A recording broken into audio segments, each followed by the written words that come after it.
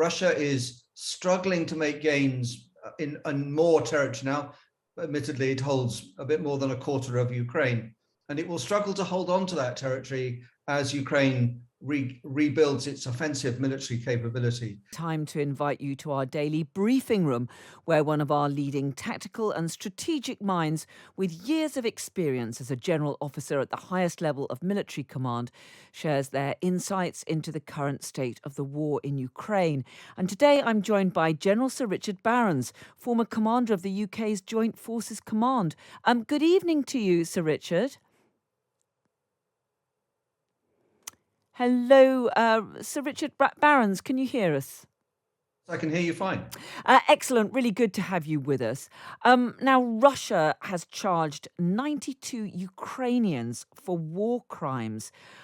This appears to be an attempt to turn the tables on Ukraine. What do you make of this?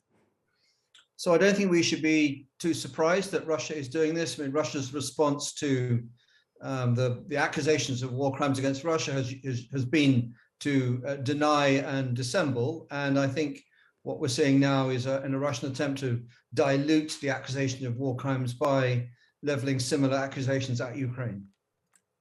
Is there any basis to this? Do you think there have been instances where, I mean, clearly Ukraine is the country that has been attacked, but have some of its forces been behaving in a way that could amount to a war crime? So there's no public evidence of this, but in a war with a 1,000-mile front line, with the record of brutality that we have seen since February, I think it would be surprising if there had not been some events which were difficult. Whether they constitute war crimes would depend on somebody adducing the evidence and having it investigated. Kyiv, of course, has said it's investigating more than 20,000 war crimes.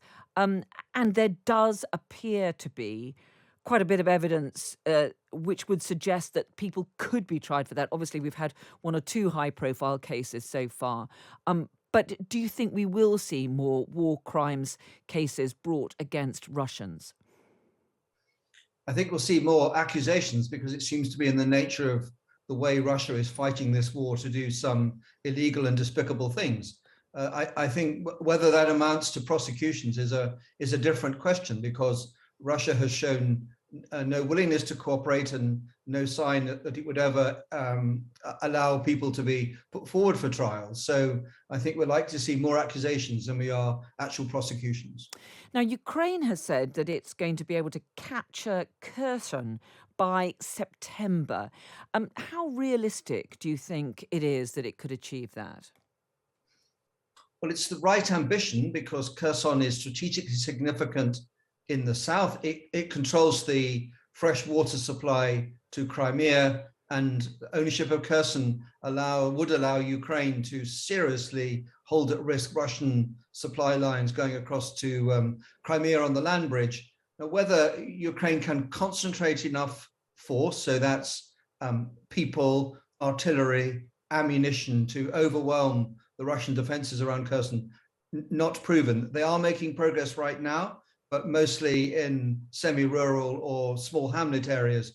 And that's not the same thing as taking the whole of Kherson.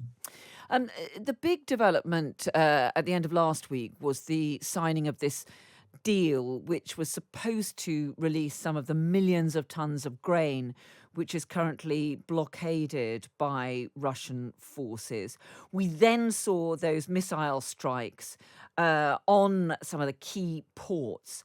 Where is that deal? When I was talking to a senior Ukrainian minister yesterday on Times Radio, he was saying that they were still planning to actually begin shipments of grain within perhaps a week or two. Do you think that's realistic?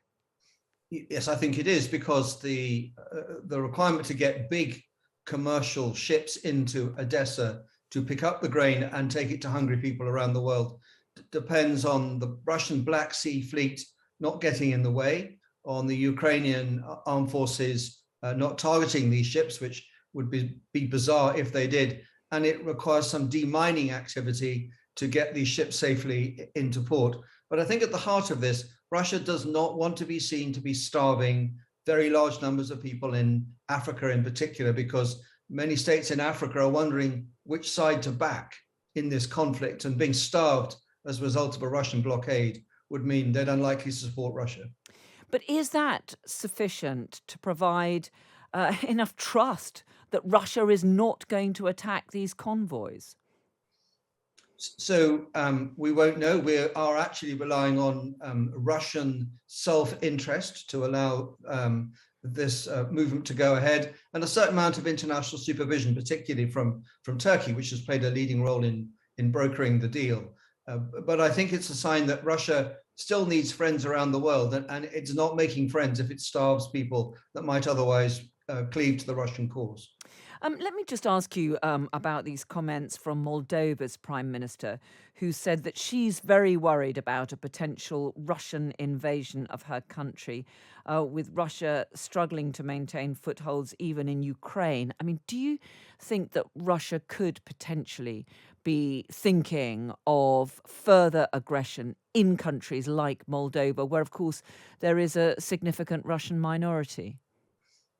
I think it's absolutely clear that Russia, particularly President Putin and his circle, do think like this.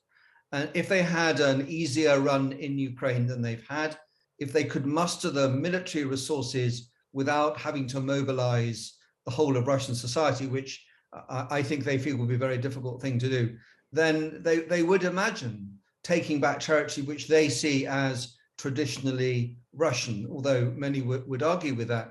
The reality, I think, is different, which is Russia is struggling to make gains in more territory now. Admittedly, it holds a bit more than a quarter of Ukraine, and it will struggle to hold on to that territory as Ukraine rebuilds its offensive military capability.